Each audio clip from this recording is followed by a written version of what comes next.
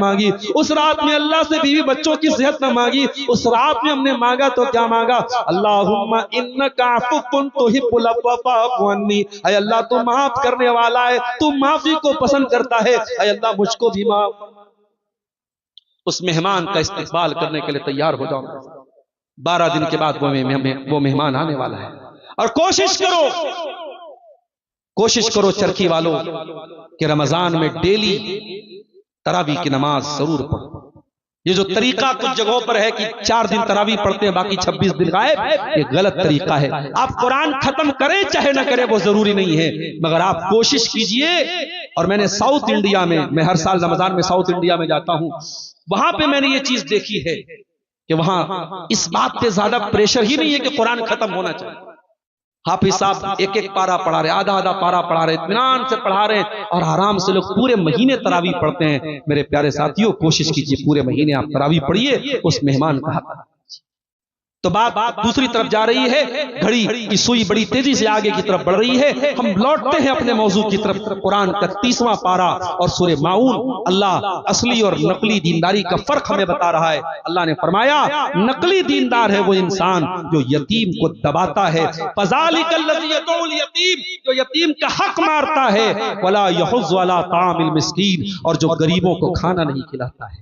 میرے پیارے ساتھیوں، اللہ نے آپ کو دولت دی ہو چاہے نہ دی ہو، دل کو تھوڑا بڑا کر لیجیے۔ مہمان گھر میں آ جائے تو میری پیاری ماں اور بہنوں، اپنے ماتھے پر شکن نہ آنے دو۔ مہمان کھا کے جائے گا، دعائیں دے کے جائے گا۔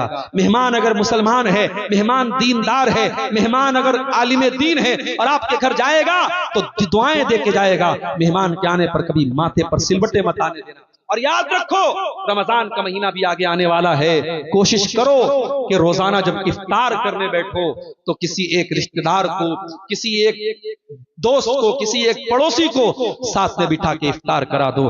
اللہ کے نبی فرماتے ہیں من فطر صائما کان لہ مثل اجر الصائم، کسی ایک روزے دار کو بھی اگر آپ نے افطار کرایا تو جتنا ثواب روزے دار کو ملے گا اتنا آپ کو بھی ملے گا۔ یعنی آپ روزہ رہیں گے 29، روزہ رہیں گے 30، لیکن اگر آپ نے ایک روزے دار کو بھی افطار کرایا آپ کو ڈبل روزے کا ثواب ملے گا۔ آپ 30 روزہ رہیں گے مگر 60 روزے کا ثواب ملے گا۔ میرے پیارے ساتھیوں، جو غریبوں کو کھانا نہ کھلائے، جو بھوکوں کو کھانا نہ کھلائے، وہ حاجی ہو، نمازی ہو، کچھ بھی ہو، قرآن کہہ رہا ہے وہ نقلی دیندار ہے۔ وہ انسان دینداری کا دعویٰ کرتا ہے مگر ڈھول میں پول ہے، وہ نقلی دیندار ہے۔ اس کے بعد اللہ نے فرمایا فویل للمصلین، بربادی ہے نماز پڑھنے والوں کے لیے۔ یہاں ساری تقریر نماز پہ ہو رہی ہے، جمعہ کا خطبہ نماز پہ ہو رہا ہے، ایک گھنٹہ مولوی صاحب نماز پہ تقریر کر رہے ہیں، اور قرآن کیا کہہ رہا ہے فویل للمصلین، بربادی ہے نماز پڑھنے والوں کے لیے۔ اے اللہ کون سے نماز پڑھنے والوں کے لیے؟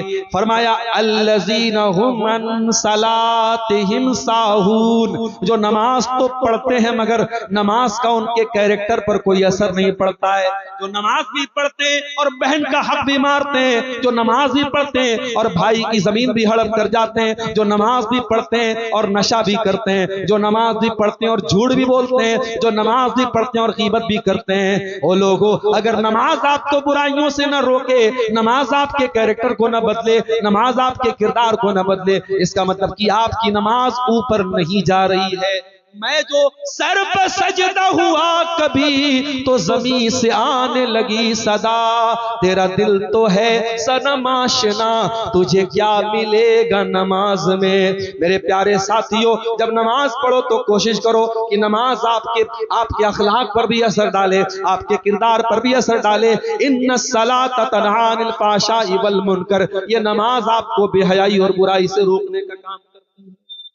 تو قرآن کہہ رہا ہے بربادی ہے ایسے نمازیوں کے لیے جو نماز سے غافل ہیں۔ الذین هم یراؤون، جو ریاکاری کرتے ہیں، دکھاوا کرتے ہیں، دوسروں کو دکھانے کے لیے نماز پڑھتے ہیں۔ وَيَمْنَعُونَ الْمَاعُونَ، اور چھوٹی چھوٹی چیزیں بھی لوگوں کو دینے سے کتراتے ہیں، جو بخیلی کرتے ہیں، کنجوسی کرتے ہیں۔ میرے پیارے ساتھیوں، قرآن کی یہ سورت سورہ ماؤن ہم کو بتا رہی ہے کہ اصلی دیندار وہ ہیں جن کا دل بڑا ہوتا ہے، جن کا کا کلیجہ بڑا ہوتا ہے، جن کا اخلاق بہتر ہوتا ہے، اور اصلی دیندار آپ کو دیکھنا ہے تو صحابہ کرام کو دیکھ لینا میرے پیارے ساتھیوں۔ او سوشل میڈیا کے دیوانوں، کبھی موقع ملے تو یوٹیوب پہ جانا اور خالد بن ولید کی بایوگرافی پڑھ لینا، کبھی موقع ملے تو عمر بن خطاب کی زندگی پڑھ لینا، کبھی موقع ملے تو جا کر کے حضرت عمر فاروق، حضرت عثمان غنی کی زندگیوں کو پڑھ لینا۔ یہ لوگ اصلی دیندار تھے، انہوں نے مال بھی کمایا لیکن مال سے ناجائز محبت نہ کی، انہوں نے دنیا بھی کمائی مگر دنیا سے ناجائز محبت نہ کی، یہ اصلی دیندار تھے۔ اور قرآن ہم سے اصلی دیندار بننے کا میرے پیارے ساتھیوں مطالبہ کرتا ہے۔ اس لیے آئیے ہم قرآن کی سے ایک آیت کی روشنی میں اور سورہ ماؤون کی روشنی میں اپنی دینداری کا جائزہ لیں اور اصلی دیندار بنیں۔ دعا ہے رب العالمین سے الہ العالمین ہمیں صحیح معنوں میں دیندار بننے کی توفیق عطا فرمائے۔ رب العالمین ہمارے اندر جو کمیاں اور کوتاہیاں ہیں ہمیں جلد سے جلد ان سے سچی توبہ کرنے کی توفیق عطا فرمائے، اور ہمیں رمضان کا یہ مبارک مہینہ جو آگے آنے والا ہے اس کا بہترین طریقے سے ہمیں استقبال کرنے کی رب العالمین توفیق عطا فرمائے۔ رب العالمین ہمارے نوجوانوں کی بھی اصلاح فرمائے، ہماری خواتین کی بھی اصلاح فرمائے۔ جب تک ہم دنیا میں زندہ رہیں اسلام پر